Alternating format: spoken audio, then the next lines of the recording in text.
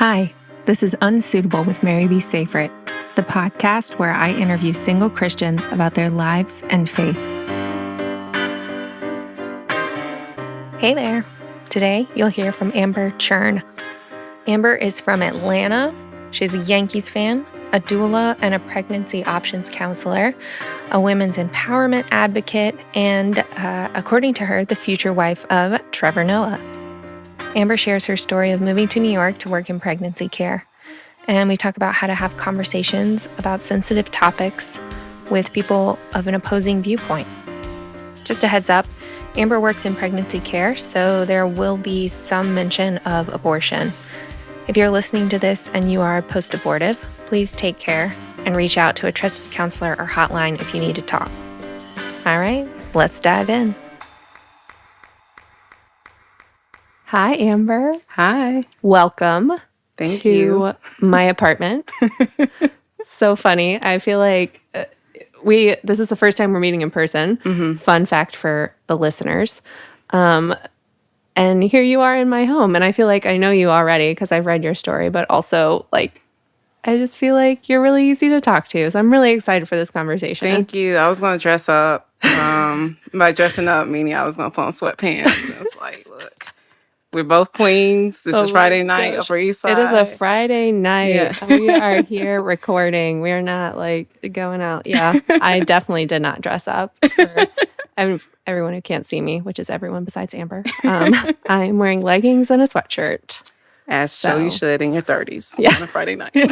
Right? This is just how life is. The glamorous New York, sophisticated lifestyle. Amen.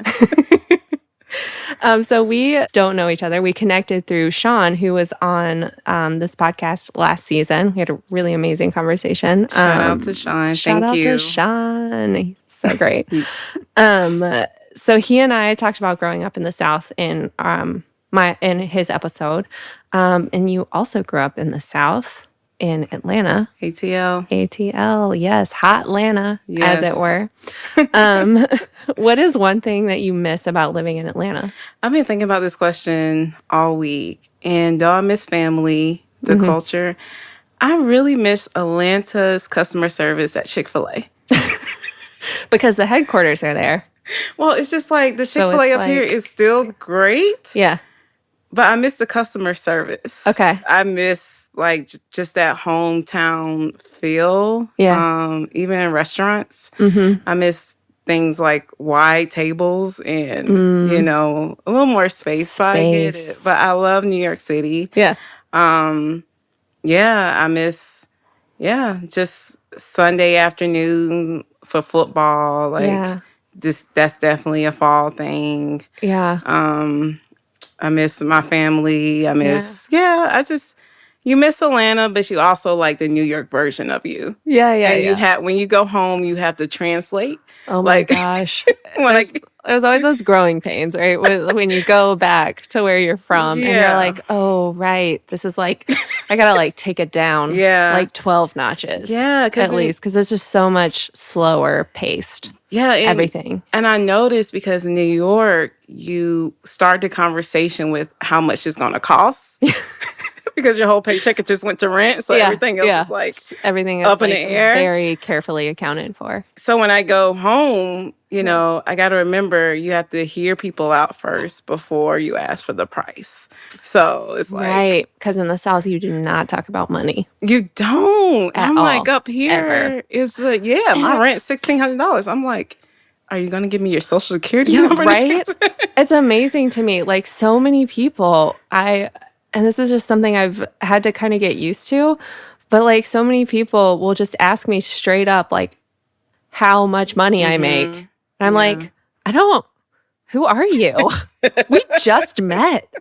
Like, I don't want to tell you that. Like, I make the money that I make. I pay my bills, and that is enough. Yeah, but everybody, come the first is broke, no matter if you live on the Upper East Side or, South Side Bronx. Like, right. We're all in the same boat here. We're all struggling to, like, pay anything besides rent. Yeah. It's just so ridiculous. Oh, my gosh. Well, people move to New York for all sorts of reasons. I would love to hear what brought you to New York, because you're relatively new to the city. Yep. So this past July makes 2 years. Okay. Which someone says that means you made it if you didn't go into a deep depression crying your first year. So yay! What originally brought me to New York City? It is a long story, but hey, we have time to talk. We got time. That's why we're here.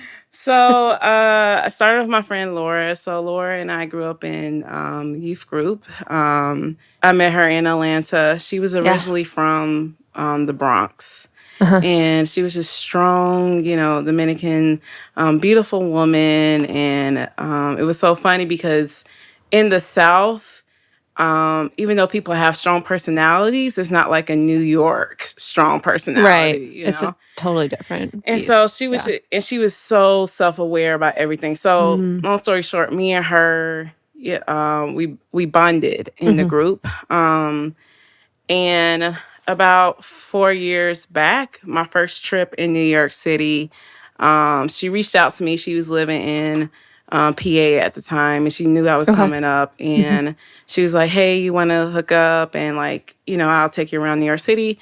So we had the best two days in the city. Yeah. And I was like, man, I really love Laura. And tragically, the year later, she was murdered. Oh my gosh. In PA. And I remember it's some people's lives that would change your trajectory of your life, but there's some people's deaths who would change your trajectory of your journey. And that was Laura's for me. Yeah. Long story short, my pastor knew I was grieving over Laura. And he offered, just to comfort me, hey, there's a job here at a church. I think you should take it. I think it'll be a good way for you to honor Laura in this time. Yeah. And so I went to go work at a church in Decatur, Georgia. Loved it. Got close to the pastor and his wife. And they moved back to New York City. But while I was working there, they were like, have you ever thought about living in New York City? I was like, shh. No, I want my mansion in Atlanta. Right. I want grass and my, my car. Yeah. I was foolish. Yeah. And so when they moved up here, it was really something happened in my heart, and it was just different confirmations. Someone came up to me and was like, Amber, I know you want to move. It's not that time yet. It was before I knew I wanted to move to New York City. I just know I needed to leave Atlanta. It was kind of like the glass ceiling had hit for me there. Everybody was 25, married with their perfect careers. And I'm like, I'm at home with my mixed match socks. This is not my journey. Yeah. And so then that's when New York, from my pastor invitation, really started to hit okay. So it took me about 2 years, 2 jobs, rejection from New York City with applications. It took me a long time to realize New York City is not trying to hire somebody from Stone Mountain, Georgia. They're like, wait, where are you from? Also, they're like, there are 8 million people who want this job. Exactly. So the last time I was visiting my pastor in his church, God, it was just like the Holy Spirit just whispered. He was like, I don't want you to just do something for the salary. I have something specific for you to do in this city. So, you're a Southerner, and when you tell your family and friends you're about to move to New York, the first thing that they ask is, the first thing they warn you is don't get kidnapped and murdered. Yeah, right. You're like, right. 8 million people haven't got kidnapped.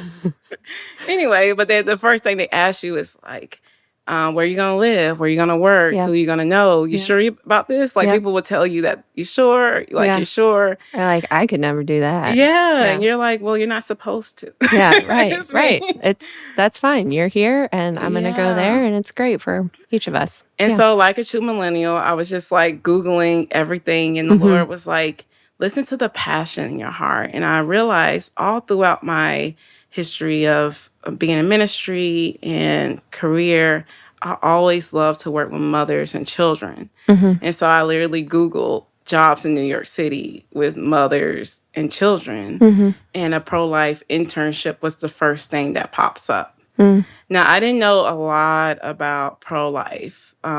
We grew up in a generation that, abortion was always around. We always heard terms no matter how old you are, you Right. knew, you heard so much in the news, so much in the media about it. And so all I know is that I saw this listing. I just started getting a lot more curious. I proclaimed myself being pro-choice in college, not knowing what that meant. I just didn't want to, I didn't want to seem like I picked a side. And so I just said, hey, yeah, I'm pro-choice. Yeah. And so I hopped on a phone call with the leader of the internship. And I mean, 20 minutes into that phone call, I am like weeping. It's like one of those weeps that it's not that you're sad or happy. It's just confirmation that you've been looking for like 2 years. Yeah. And I'm like, every closed door of jobs. And like, I even tried to purchase a car. Yeah. And God was like, nope. Like, it was just a prayer that God opened the right door and closed the other. Yeah. I just knew, I was like, hearing that passion, I was just like, I need to get, more into this. So I researched the place. My mom and dad was like, make sure it's a real place and make sure it's Right. Yeah. And I was That's like, key. you're like, no. And then you're like, okay, that is possible. Yeah. Right. This could just be a random person. Yeah. So we came to visit. I just knew, based off how I already loved to minister to women, love to just see healthy families grow, that it was for me. And so I confirmed and I moved up here July 11th, 2017. And like, I remember I'm in the bed in the Bronx was where the internship happened. And I was like, what did I do? How did I get there? Yeah. I'm like, what am I doing here? I left everything I knew. I left my hairdresser. And so I remember the next day I was standing doing sidewalk advocacy, and I was just like, wow, this is like, I couldn't have wrote this story for myself. Yeah. I just wanted the easy, comfortable life like everybody wants. Yeah, and that is definitely not it. It's like one place you don't go for just comfortable. Oh my gosh, right? So that's originally what brought me to the city. And so now I'm in grad school for marriage and family therapy. Okay. I do help families that are dealing with unplanned pregnancies. I'm a doula. So it's just more, it becomes more of my lifestyle than it is like a career choice. So, Gotcha. Yeah. In your internship, do you still work for that same company? No. No, that's just what brought you here. Yeah. Now you're in grad school. Yeah. You're doing work. Yeah. So I work in pregnancy help.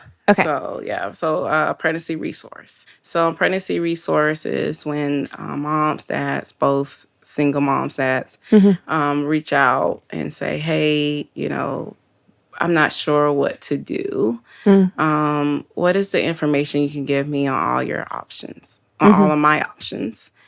And what I do is emotional support. I give them information and any type of resource. Like, I love getting resources. I love helping, making connections for free childcare. Yeah. Making it, going out to schools, getting a partnership, free scholarships. Yeah. Helping sign up for anything, job skills. Right. Being a part of that conversation of, if this is a relationship, if this is a starting of a family, we want to make it a healthy family. Yeah. Whether it's a single, you going at it alone, or a dad is in a picture some way at some level. Yeah. And then we're there for the long haul, and that's one thing that God has really woven into my heart, is that it is about long-term care. Yeah. It's not about a person just doing what you want them to do because you feel like they should do it. Right. But it's also giving them that space to make that decision for themselves, but also be that person to walk with them. Yeah. And that is really that grew me up in my faith, because it's so easy to love a person when they're doing what you want them to do, or if they, when we all do this, we all come off, great. But then, the longer you're with the person, you really start to see how they struggle. And real love is seeing that ugly and still staying, Yeah. So, and not to call anyone ugly, but it's just, the the inherent brokenness. mess Yeah, that is in all of us. yeah. Right. And so I just, it has really, when I say pro-life, that's the closest thing that I can say and verbalize, but it really has changed the way I view everyone and even myself, like the value, because that's how, Christ values us. And it gives me no longer the decision to say who's worth it or not, even though we have, even though I'm sinful and I have pride, but, doing this work really, really makes you see and feel and challenges your heart and your motives. Yeah. So it's not necessarily, I know I'm taking a long time to answer your question, but it's not necessarily about, helping that family and all, helping that. And a part of it is. But it's like what God does in your heart, that really does tell the test of what ministry, loving people really, really is. Yeah, definitely. And I would imagine you have encountered a lot of people who see the world very differently from you do in your current work and your past work, the work that brought you to the city in the first place. And I know that can be a very refining experience to encounter that and to have those really hard conversations with people who just see the world so differently, and to continue to love and to wrestle and to love past all of those differences. Yeah. I think one thing I didn't know I struggled with until I came to do this work was just the pride, just low key pride, where it's like you have to agree with me for you to be cool or for you to be lovable. Yeah. And I think all of us at some level struggle with that, in a sense, or maybe you don't. I'm like, I do. Okay. I'm like, Mary B is like, nope, okay. We are on the same page there. It's like a reminder for myself. Well, yeah. And so one thing, that I really start is, you can't start a conversation with rejection. And even if someone is on the other side of my beliefs, I feel like the Lord has done so much work in my heart that I can't give you a disvalue, I can't say, just because you're saying something that I don't like, I don't listen to you, because that goes against my worldview. Yeah. I do want to make a caveat. I know that there may be people who, are post-abortive, who are listening. And I just want to say God loves you. There's so many people in my personal life who have opened up to me about their past abortions. And it's almost like in those moments you become so humble, because it's like, thank you for trusting me with that. Like, you know what I do as a daytime job, and you still love me, even though I may remind you of something in your past, So when people come to me or, are still in the opposite, I do try to have a conversation. I do say, let's go grab coffee, because I want to hear your heart. Yeah. There's some level that we connect with, There's some level of, most of the time, there's some level of, hey, I just want to take care of this woman. And I think if we start there and we build and we and we say what's on our heart, Yeah. then we all walk away growing. Thank you for people who or those who are different in thought from me, because that only makes me grow. You know, I think I've grown so much in just not having high expectations and realizing that if I have high expectations, I need to have high care, you know, Yeah. and just learning about the world and the way the world works. But Yeah. you cannot grow if everybody agrees with you. Yeah. And you cannot learn more about people if everybody's mimicking what you're saying. Right. Everybody has a story. Everybody have a reproductive story, Mm-hmm. even if it's, you know, I had a miscarriage, I have abortion, or maybe I thought I had a family by now. So just saying, you know, only the story that I think is worth the conversation isn't valid. Yeah, that's like, there's a lot in there that I think is really, really interesting, and I would love to talk more about. You know, it makes me think about, you know, Jesus he talks about loving our enemies. That's like a thing, but he also talks about loving our neighbors, and you know, kind of I've recently been really wrestling with this idea of who is my neighbor, and you know, looking at my friend circles and the people that I choose to spend my time with, and they, you know, they might not look exactly like me, but maybe they think a lot like I do. And, you know, when I spend my time with only people who, one, it's an echo chamber, right? And that's just not helpful for anyone. But two, I'm loving myself. I'm not loving my neighbor. My neighbor is somebody who is different from me, who sees the world totally different from I do. And I do have friends like that, but, you know, it's just, I think, so much more comfortable, and especially when a topic comes up like this that is pretty divisive, and you know, kind of the state of things as they are being very divided. I think it's a big challenge to like take a step back and start with the person that you're talking to, because you're talking to a person. You're not talking to like a soapbox or these different ideologies that, you know, these different talking points that maybe you've heard different places. You're talking to a person. And so if you can start there, then, you know, you can actually have a conversation. Yeah. I think. Yeah, no, you're right. I think one thing, you know, God's really been teaching me is like enjoy the person, you know, like learn how to enjoy people first, you know. Yeah. Some people like, you can't enjoy. But like enjoy them first. Like it's so like people are so unique. Yeah. Like whatever a person is passionate about, I'm interested in that passion because that's what, you know, it's like you grow. And when it comes to hard conversations, like it's healthy to have conversations, right? Yeah. Because conversations is the enemy of whatever small-mindedness that you may have, or the enemy of any isms, right? Right. Sexism, racism, ageism, right? Is being able to sit and talk and say, okay, this is not even just my belief, but there's a context to it, you know?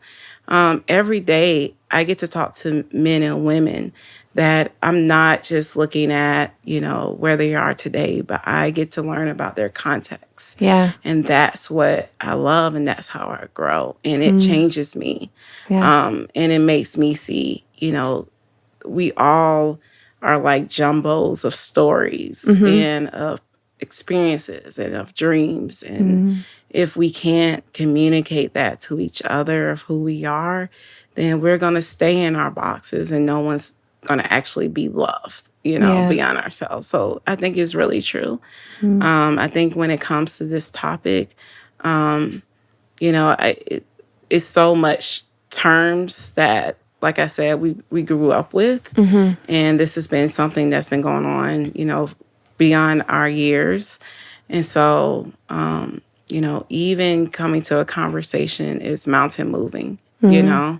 And if we could just start there. And then you know, I also think us as Christians, our worldview, we don't, and this is human that we do look at someone and what they have, what we don't have. Yeah. We choose who we talk to, on purpose, unconsciously. Yeah. But, when we decide to become a Christ follower, it evens the playing field for everyone. Absolutely. Because, he died for Jews and Gentiles, And so I'm just learning throughout my walk. When I see those roadblocks that sin or myself creates, how do I courage on to have conversations like that, and just like, okay, I hop on the podcast. So So this is you walking in obedience to that calling that you have, and I appreciate it. Yeah. I'm wondering when you approach these conversations, do you have any like go-to questions that you ask people when you're trying to get to know them and hear their stories? It depends, it depends on what context the person is coming to me in. If someone's coming to, if it's a conversation more about my beliefs, your beliefs, let's see where this conversation can take us. Then I'll kind of be like, kind of say, all right, how has your life impacted the way that you view? And if it's someone on the other end of pregnancy help, I would say, who do you love have ever experienced this? Because that's a lot of times either that person or someone they love, and it's coming from a protective place, and it's coming from true love, and I want to make sure that me responding isn't in the heart attack on who they love or themselves, right? But if it is a woman or man who just don't know what to do, I help cast vision. I help give information. I help empower. And so, and I think that the biggest part is creating a safe place. Creating a place where wherever you decide to do, you still know that I'm going to love you. We're going to love however you walk out the door to do. And not only just love, but have a resource for you. So there's always a long-term resource there. Right. And you can always come back to finish the conversation with us. Yeah, something that I learned a while ago, I think, and I'm just generally fascinated by human behavior and why people make the choices that they do, because so many of our choices are subconscious, right? Like day to day. And even some of the bigger choices that we make are there's so much going on that we're maybe not even aware of. And I think that's just super fascinating. But something that I learned, kind of put together at some point in my life was that we all believe what we believe for very specific, very personal reasons, right? We're formed by the people who we meet and interact with, the people who we love, like you said. And, like part of my heart for this show is to, and for the book that I'm writing as well, is to, wherever you are in your life, to kind of take the time to take a step back and think about, these deeply held beliefs we have about ourselves and the world and God, if you believe in God, and think about where those come from. Think about the people in your life who have influenced your beliefs about all of those things. And just to really take a second to really dig in. Because for me at least, some of what I have found has surprised me. So yeah, I like your approach is the what it boils down to. Yeah. And Again, I love that I'm talking to another Southern person, so you know what I'm about to say. Moving to New York City will have you examine everything. Oh, yeah. Like every single thought process. Why do I even walk on the side of the street like I do? I used to go on the train in the morning and smile and say good morning. Oh, my God. That stopped quickly. I was like, I do not want to be solicited for sex today. Nope. Don't make eye contact with anyone. Don't say anything. Yeah. And honestly, what I just meet so many amazing people doing the work that I do. Yeah. And then one thing I really surprised me when I started getting more into, pregnancy help, pregnancy care was a lot of people are, post-abortive themselves that work in the pro-life circle. Yeah. And their stories. And it's just not even like their resilience, but it's just like this beautiful orchestra healing that you get from their stories and the empowerment that they give. And they really, and it's not that because they are post-abortive, people who are, have a different reproductive story. I've just learned the resilience of men and women through very challenging times. Yeah. And how the story just goes so great with the gospel. I was just at one of the biggest conferences that we have, and I was sitting in a room full of women.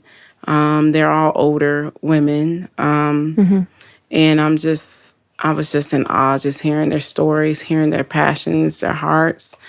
Men, passions and hearts, and no one ever. Well, a lot of times people don't look like where they've been, and you can judge and say, "Oh, she has that privilege," or "Oh, they don't understand." You just see the diamond ring in the house now. Yeah.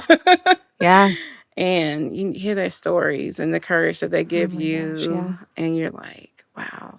Yeah. Like, I literally am a better person than I was when I started this conversation because of that woman and that man. So it really is, it's just, I've been learning so much resilience. Yeah. How do you think being a single woman lends itself to these conversations that you're having and the work that you do? Yeah. Has that been a challenge for you, or do you feel like it's given you a unique perspective, or has there been like a big learning curve? All three. Can I choose all three? Yes, you can. I think I didn't know how much pride I had in me, Mary. I didn't know how much I played the game of cultural Christian. Yeah. And I didn't know how much I had this do-gooder, reach down type mentality. Yeah. Until you're talking to someone and God is like, this is the mirror. There's so many times that I'm like, I see a woman and man come in, and I was like, I could so easily be on that side of the table, Yeah. And it really does challenge me to say, I can only get grace to do this. Yeah. This is nothing in my ability, in my education, and whatever I think about Amber. This is only God who leads me with that. And how I tied it into singleness is I didn't know how much I played the cultural Christian part until I came to New York City and started dating. And I feel like if that isn't the most sobering of where you're cracks in your beliefs. Yep. And, one thing I love these women, these men, because they made me grow.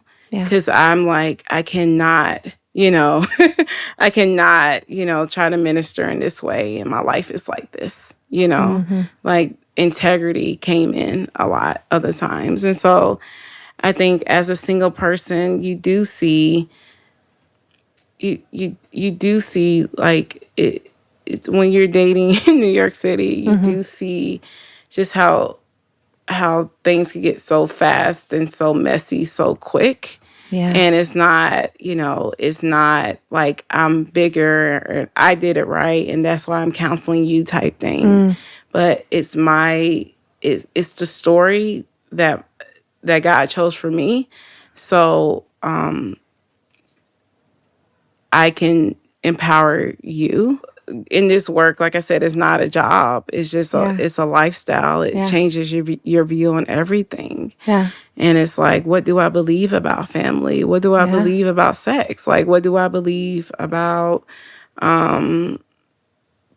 just living a life of integrity? Yeah. I think this may be, this is the podcast that we get real. And I think, so I will.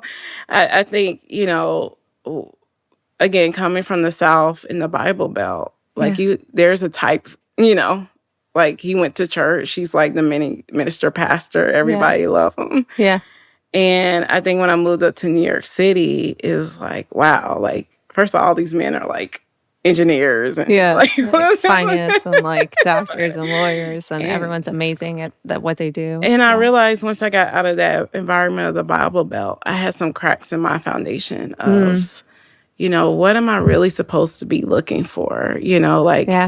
Am I okay to date a non-Christian guy? Is it really okay? Is it, is it that bad? You know? And I feel what I've learned through that is it all connects. It all connects to you sitting in front of that woman and you're hearing her story and you're hearing yourself in her story. Yeah. And you're thinking, wow, like I'm not, I'm not exempt from any complications with like just dating or anything. I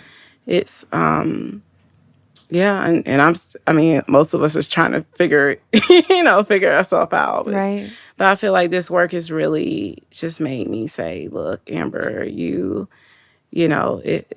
have integrity, have integrity, have health, It's a very much emotional work. Yeah. And, being in an emotional, in an unhealthy relationship doesn't go well, with trying to give health and trying to give hope. And so I think it grew me up. It brought a lot of healing. I don't know how to explain it, but when you're loving someone who is vulnerable to you, that heals you in ways, and they will have just epiphanies from God, and it heals you, and you're like, I want to say yes, girl, but I can't. I'm just like, and so it's like, and then also I realized the forgiveness of God through doing this work, through who I've met and their stories, and through, my imperfection with dating. Yeah. I'm very much from a legalistic background who would just like, you might as well just give up, go back to Atlanta because you messed up. You weren't, the perfect person to do ministry. And I'm like, that's not God. Yeah. None in condemnation is God, you know? It's him having that conviction, but it's in a safe place. Yeah. Where you see it, you get healing and you move on because he died so you can move on with your life. Yeah. And I feel like out of the 2 years I've been up here doing the work, I've really learned that. And when it comes to dating, when it comes to just the lifestyle, it all has to be woven in together for me. It's not a 9 to 5 and then I go and do something else. It's, it's me seeing value in life in all areas of life. Yeah. So, yeah. That's really great. Thank you so much for sharing all of that. Yeah. Yeah. I want to wrap up with one last question. Will you tell me one thing that's hard right now and one thing that's great? It's cold. Is that the level of deep? Listen, it's whatever you want. Okay. So if you want to say that it's cold, it is cold. It's cold. You know, two Southern girls here. We can talk about Look, it being cold. It's I a was struggle. like, winter, I'm not ready yet. Give me 2 pay periods for winter clothes. So you can get a coat. Yeah, absolutely. And one thing that's really good right now, just being here, like on, with you, with just your heart. Thank you. With doing you're welcome. With doing the podcast, you just don't, you live your life every day and you don't think you're significant enough to be on a podcast. Oh. And I'm like, okay, I'm unsuitable. It's built in, right? It's like, yeah, we're all that. Yeah. So thank you so much for having me. Yeah. Thank you to all the listeners being here. And, just so everyone's clear, I didn't, pay her to say that. Yeah. Last name is C.H.U.R.N. as you write the check. Yeah. Oh, well, it's been a really great conversation. Thank you so much for taking the time to be here. Thank you. Thanks to Amber for sitting down with me, and thanks for listening. Again, if this conversation triggered any strong emotions, please reach out and talk to someone you trust.